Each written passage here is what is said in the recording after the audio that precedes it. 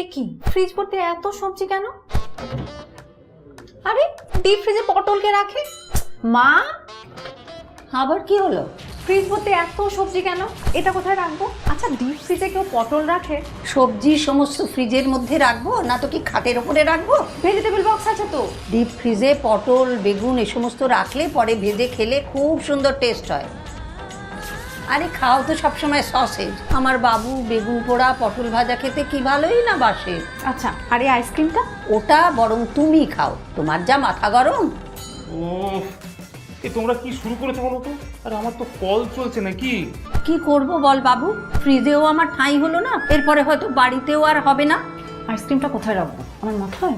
রাখো, আমার মাথায় রাখো।